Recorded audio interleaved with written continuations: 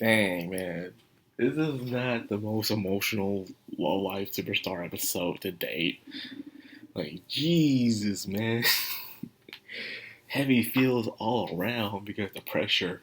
We got some new challenger acting like she's a freaking Dio. And I'll talk about her later, but this this was crazy, man. This episode. Just emotion after emotion.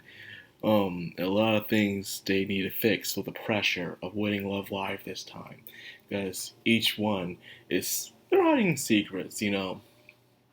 So Leela made it past the next round, and everyone is celebrating.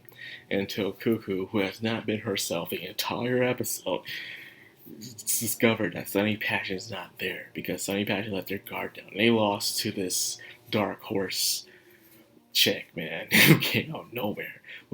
Think about it. We had two people like Saint Snow.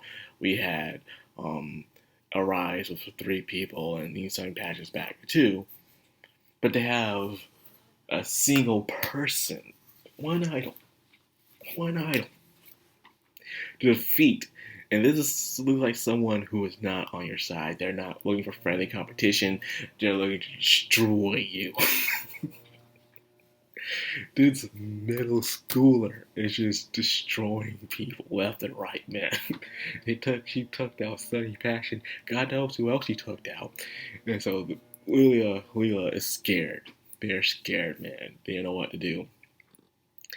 This girl's even stalking. This girl, like I said, she's a Dio. No, let me talk about her now. I'm sorry, I was about earlier. I'm gonna talk about her now. Just get her out of the way. This girl is acting like a Dio from JoJo. She's acting like a freaking Dio. She's in Kanan's head, man. She's trying so hard to be Kanan's, not just her rival, but her mortal enemy. Her arch enemy, man. She's doing everything. She's stalking her place. She went to their family restaurant, drunk some tea, and Kanan's so paranoid. She imaged her being there. She's like, oh snap. Like, damn, this girl is in your head rent free. Then not only that, she knocked. Think about this. When Kana answered the door because she heard a knock, and she's all the way up them stairs. Think about what she had to do. He knocked on the door, and then she ran all the way back up the stairs.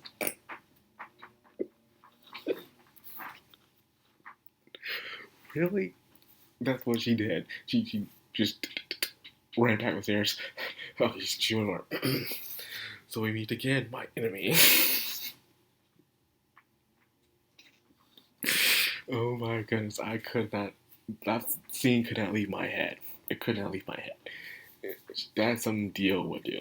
Remember the times when we're discovering Dio's power, where he can stop time, and how the efforts he had to do to make everyone to keep doing the same thing over and over again. Like the time he was in the taxi car and the dude was trying to leave the car, but every time he kept getting back in the car, because Dio kept putting him back in there. This dude has so much patience. He will take so much time just to troll somebody, just for them to lose their mind, because he puts that much effort into being a troll. When Palinoff was about to challenge Dio, he says, if you make up that step, it means you're my enemy. If you don't, it means you're considering joining my side. So every time Palinoff tried to walk up the next step, he kept going backwards. So Dio took his time and stopped time so he can walk backwards every single time. This dude did everything he could just to troll Palinoff. He is dedicated to his evil. Oh my goodness, this chick is the Dio of Love Live right here. So, get her out of the way. She has everyone scared right now, and Leela for every good reason, because she's one person just stomping out the competition without even trying. So, in other words, we had Chisato who looking over the footage and realizing that the first years aren't doing so well. They're doing great, they're progressing, but they're not good enough to keep up with the original crew. So this caused a debate on what to do. She didn't want to tell them not to drive off morale, but they have to do something, which is a very important topic they were doing. The problem is what to do. boost their schedule up a bit, they don't know. So Sumire, who also knows what's going on with Cuckoo is also being on edge because she's like, oh man, if they don't win Love Life this time, she has to go back. And you know how the relationship between Sumire and Cuckoo are. They're they're just frenemies. Frenemies is what they are. So Sumire does what she does best, being bad guy. You know, even we may see Natsume trying to split the team up with her money and stuff. But Tsurume was the original one. She's the OG one.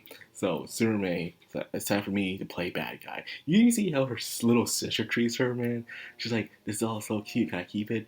No, you can't keep it. She's like, you suck. She runs off. Like, Tsurume gets no respect, man. Everyone sees her as the bad guy. So she does bad guy one more time. But she does it, however, for someone else.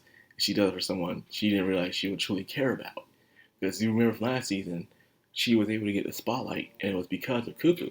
Cuckoo went on her way to even give her the crown for her to have that spotlight. And for her to finally have the spotlight once in her life, it saved her. So ever since then, secretly not knowing, she's been trying to save Cuckoo any way she can. So we have that. Surume's plan was for the first years to perform and perform only.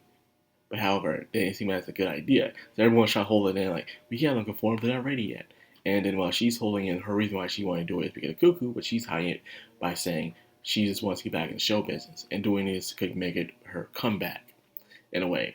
So everyone's pulling off information to protect everyone's feelings. And there's a point where Cuckoo is feeling guilty about it, you know? It's like, oh man, it's terrible.